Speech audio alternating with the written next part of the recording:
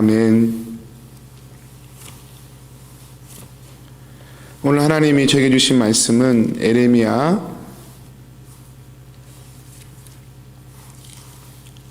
35장 12절에서 19절 말씀까지입니다.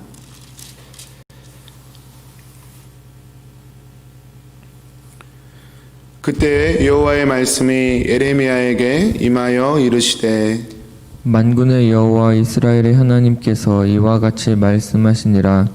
너는 가서 유다 사람들과 예루살렘 주민에게 이르기를 너희가 내 말을 들으며 교훈을 받지 아니하겠느냐. 여호와의 말씀이니라. 레갑의 아들 요나답이 그의 자손에게 포도주를 마시지 말라 한 그 명령은 실행되도다. 그들은 그 선조의 명령을 순종하여 오늘까지 마시지 아니하거늘 내가 너희에게 말하고 끊임없이 말하여도 너희는 내게 순종하지 아니하도다. 내가 내 종 모든 선지자를 너희에게 보내고 끊임없이 보내며 이르기를 너희는 이제 각기 악한 길에서 돌이켜 행위를 고치고 다른 신을 따라 그를 섬기지 말라. 그리하면 너희는 내가 너희와 너희 선조에게 준 이 땅에 살리라 하여도 너희가 귀를 기울이지 아니하며 내게 순종하지 아니하였느니라. 레갑의 아들 요나답의 자손은 그의 손조가 그들에게 명령한 그 명령을 지켜 행하나 이 백성은 내게 순종하지 아니하도다. 그러므로 만군의 여호와 이스라엘의 하나님께서 이와 같이 말씀하시니라. 보라, 내가 유다와 예루살렘의 모든 주민에게 내가 그들에게 대하여 선포한 모든 재앙을 내리리니 이는 내가 그들에게 말하여도 듣지 아니하며 불러도 대답하지 아니함이라 하셨다 하라. 에레미야가 레갑 사람 가문에게 만군의 여호와 이스라엘의 하나님께서 이와 같이 말씀하시기를 너희가 너희 손조 요나답의 명령을 순종하여 그의 모든 규율을 지키며 그가 너희에게 명령한 것을 행하였도다. 그러므로 만군의 여호와 이스라엘의 하나님께서 이와 같이 말씀하시니라. 레갑의 아들 요나답에게서 내 앞에 설 사람이 영원히 끊어지지 아니하리라 하시니라. 아멘. 성도님들, 오늘 또 말씀과 함께 우리 주님과 함께 이 어려운 시기 믿음으로 이겨나가시기를 주님의 이름으로 축복합니다. 제가 어제 설교하면서 잘못된 인포메이션을 드려서 먼저 좀 수정하겠습니다. 제가 착각을 했어요. 이 요나답이 활동했던 이 에우라는 사람은 여로보암 시대가 아니라 에우 시대였습니다. 에우 시대. 그래서 시대가 잘못 계산됐어요.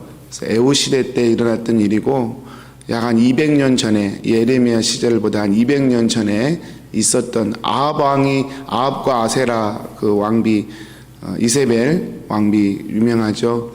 그 엘리야 갈멜산 전투 그때 시즌에서 일어났던 일입니다. 그래서 아합 왕행 시절에 있었던 일이다. 다시 한번 수정합니다. 잘못된 정보 여러분 수정합니다. 이 아합 왕 시절에 이 에우가 종교 개혁을 일으키고 또 정권을 바꾸려고 할 때 그때 이 레갑의 아들이었던 요나답이라는 사람이 같이 했습니다. 그 이유는 이스라엘이 하나님께로 돌아오기를 갈망했기 때문이죠. 열왕기하 말씀에 보면 그때 이 바알 우상 숭배자들을 그때 한꺼번에 다 한쪽에 몰아서 유인을 한 거죠. 그래서 다 몰살을 시키고 그 바알 산당을 화장실로 만들어 버립니다. 완전히 부숴버리는 것이죠. 이렇게 계획은 일단락되고 성공하는 것처럼 보였지만 에우가 정권을 잡으면서 에우가 또 이렇게 빗나가기 시작합니다. 그 모습을 보면서 이 요나답이라는 사람이 크게 실망을 하고 정치계에서 발을 빼는 것이죠. 그래서 신앙을 지키기 위해서 이제 그렇게 스스로 이렇게 타락한 그런 에우의 왕의 그런 정치에서 발을 빼버리면서 그가 유언을 남겼습니다. 나뿐만 아니라 너희들도 너희 후손 너희들도 이 물들지 말고 집도 가지지 말고 포도원도 소유하지 말라는 말은 단순히 재산을 소유하지 말란 말이 아니라 이 우상을 숭배하고 타락해가는 이 이스라엘에 섞이지 말아라, 그런 유언을 한 것입니다. 200년 동안 그의 후손들은 그 유언을 지키면서 자신들의 신앙을 지키려고 애를 썼다는 것입니다.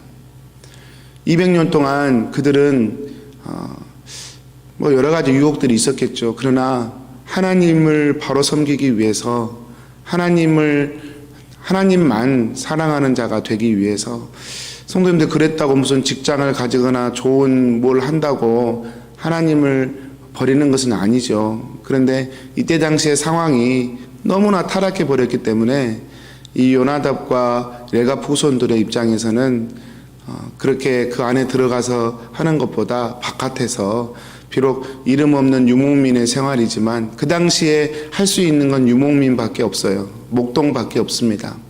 집을 안 가지죠. 포도원도 안 하죠. 농사도 안 짓죠. 그러면 뭐 할 수 있겠어요?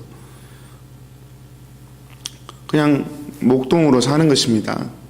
이렇게 목동으로 살면서 그들이 가졌던 것은 하나님만을 바라보며 하나님만을 의지했던 그 믿음을 지키려고 애를 썼던 것이죠. 성도님들, 오늘 하나님께서 그 레갑 자손의 순종을 굉장히 귀하게 생각을 하십니다. 그리고 약속하시기를 너희 후손들이 영원히 내 앞에서 끊어지지 아니할 것이다, 그렇게 약속을 합니다. 어제도 말씀드렸지만 이 약속이 결국 메시아가 이 땅에 오셨을 때에 그 소식을 전해 듣고 그 소식 앞에 진심으로 반응하고 기뻐했던 목동들에게까지 이어지게 되었다, 이렇게 말씀드렸습니다. 사랑하는 성도님, 우리가 삶을 살면서 늘 질문하는 것은 어떻게 해요? 어떻게? 이 고난이 왔을 때 우리는 어떻게 극복해야 할까? 그래서 어떻게 how to survive, 어떻게 하면 이런 상황에서 우리는 생존할 수 있을까? 그것이 늘 우리가 던지는 질문입니다. 이 어려운 시대에 우리의 사업은 어떻게 해야 하고, 심지어는 교회는 이 어려운 시대에 교회는 어떻게 생존해야 하고, 우리 가정은, 우리 자녀들은 이 어려운 시대에 어떻게 교육을 해야 하고, 이렇게 어떻게라는 질문을 던질 수밖에 없는 참 복잡한 시대를 살고 있습니다. 그러나 사랑하는 성도님들, 어떻게라는 질문은 어떻게라는 질문 안에서 해결될 수 없습니다. 어떻게라는 질문은 왜라는 질문이 해결될 때 해결될 수 있는 가능성이 열리는 것입니다. 아이들에게 저희 민혁이도 가끔 그 얘기를 해요. 아빠, 내가 왜 학교 공부를 해야 되는지 모르겠어. 왜 해야 되는지 모르겠어. 복잡한 것이죠. 학교에 갔는데 계속 지금 학교 가니 미술만 지금 계속 공부하는 거예요. 2주 동안 미술만, 고등학교에는 한 과목씩 이렇게 하는 모양이에요. 굉장히 힘든 모양이에요. 한 과목만 계속 하니까. 제게 질문하는 거예요. 아빠, 왜 이렇게 힘든데 해야 되는지 모르겠어. 왜라는 질문을 던지더라고요. 이해가 안 되니까요. 여러분, 왜라는 질문이 해결되면 어떻게는 해결될 것입니다. 그렇게 힘들면도 불구하고 이렇게 공부를 해야 되는 이유가 분명해지면 이제 어떻게 그 문제를 해결해 갈지는 열려질 거예요. 여러분, 신앙생활도 우리의 삶도 비슷한 이치가 아닐까 생각합니다. 우리 교회가 어떻게 나아가, 어디로 가야 할까, 어떻게 이 문제를 해결해야 할까라는 문제를 답을 얻으려면 왜 하나님께서 이 땅에 이런 문제를 허락하셨을까? 왜 이 코로나로 인한 이런 답답함이 생기게 되었을까? 그 문제부터 해결해 가는 것이죠. 개인사도 또 가정도 비즈니스도 여러분 어떻게 이 문제를 해결할까 먼저 뛰어들기 전에 왜 우리에게 이런 문제가 주어졌을까 한번 생각해 보는 지혜가 있었으면 좋겠습니다. 하나님께서 오늘 그 왜라는 질문을 지금 이스라엘 백성들에게 한번 해보는 것입니다. 이스라엘 백성들은 자꾸 어떻게만 집중했어요. 어떻게만. 가나안 땅에 정착해서 살아내면서 또 생존하면서 생존하다 보니까 하나님이 필요할 때는 하나님 찾고 또 비가 안 오고 또 경제적으로 어려움이 생기면 비를 내리고 또 불을 준다는 바알과 아세라 신전으로 달려가기도 하고, 어떻게 집중하니까 어디로 가야 되는지 방향이 안 잡히는 거예요. 그래서 어떻게 살다 보니까 진짜 어떻게 되어버린 거예요.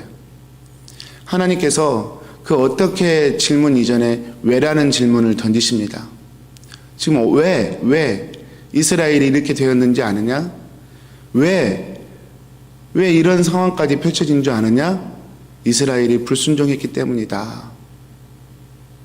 여러분, 이것은 참 우리에게 던지는 메시지가 큽니다. 우리의 삶의 모든 문제, 또 궁극적인 실마리는 하나님의 말씀을 붙들고 순종하는 것에부터 시작된다는 것이죠. 참 이 말씀이 그렇게 말처럼 쉽지 않습니다. 결코 쉽지 않습니다. 그렇지만 성도님들, 어떻게가 복잡하게 얽혀있는 이 상황 가운데서 우리가 풀어야 할 문제는 왜라고 하는 질문입니다. 하나님은 왜 나에게 그럼 순종하라고 하셨을까? 순종도 여러분 왜라는 질문을 해봐야죠. 왜 불순종하게 되며 왜 우리는 순종해야 되는 것일까? 왜 불순종하게 됩니까?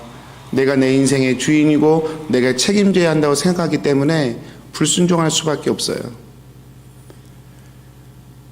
나는 하나님의 피조물이고 하나님이 내 주인이시고 하나님이 나의 삶의 완전한 인도자이심을 믿을 때 우리는 순종할 수 있어요. 나를 사랑하시고 전능하신 하나님께 순종하는 것은 결코 저주나 우리를 얽매이게 하거나 우리를 힘들게 하려고 하는 것이 결코 아니죠. 하나님의 말씀 앞에 순종으로 나아가고 믿음으로 나아가는 자에게 여러분, 좋으신 하나님께서 우리의 삶을 채우시고 인도하시는 것은 어쩌면 너무 당연한 수순이고 결론일 것이죠. 사랑하는 성도님들, 오늘 또 저와 여러분이 다른 사람은 어떻게 사는 것보다 우리 각자가 오늘 또 내게 주신 말씀 붙들고, 주님, 오늘 또 나의 왕이시고 나의 하나님이신 주님을 오늘 또 바라봅니다. 오늘 또 주님의 말씀 앞에 순종하며 믿음으로 살기 원합니다. 연약한 저를 주님 붙잡아 주십시오. 이렇게 믿음으로 반응하면서 이 어려운 시대를 헤쳐나가게 되시기를 축복합니다. 하루하루가 쌓이면 지금의 고난이 분명히 다이아몬드가 될 것입니다. 지금의 고난들이 저와 여러분의 삶을 성숙하게 하고 또 하나님이 더 크게 계획하시는 뜻과 계획들을 이루는 귀한 통로가 될 것입니다. 참고 인내하면서 믿음으로 이 고난의 시간들을 이겨나가는 우리 귀한 성도님들 그리고 제가 되기를 주님의 이름으로 축복합니다. 우리 기도하겠습니다. 사랑하는 하나님 아버지, 오늘 또 하나님의 말씀을 붙들고 나아갑니다. 순종했던 레갑 족속, 불순종했던 이스라엘을 하나님께서 비교하시면서 레갑 족속이 받을 축복과 이스라엘이 받을 수밖에 없는 심판을 말씀하셔서 주님, 저에게 또 새벽 말씀으로 주시니 감사합니다. 사랑하는 주님, 살든지 죽든지 주님 말씀에 순종하고 주님만 의지하는 자로 나아가게 하여 주옵소서. 우리의 부족함과 연약함들을 성령님 늘 붙잡아 주셔서 채워주시고 우리의 하나님 연약함들을 성령으로 붙잡아 주셔서 하나님 강건함으로 날마다 채워지게 해주시고 우리가 할 수 없는 일들 우리 주님 긍휼과 은총을 베풀어 주셔서 주님께서 길을 열어주시고 주님께서 치료해 주시고 주님께서 새롭게 해주시는 귀한 복들을 경험할 수 있도록 우리 주님 저희를 붙잡아 주옵소서. 사랑하는 주님, 오늘도 주의 말씀에 순종하고 말씀으로 기도로 믿음으로 살아드리기를 소원하오며 예수님의 이름으로 기도합니다. 아멘.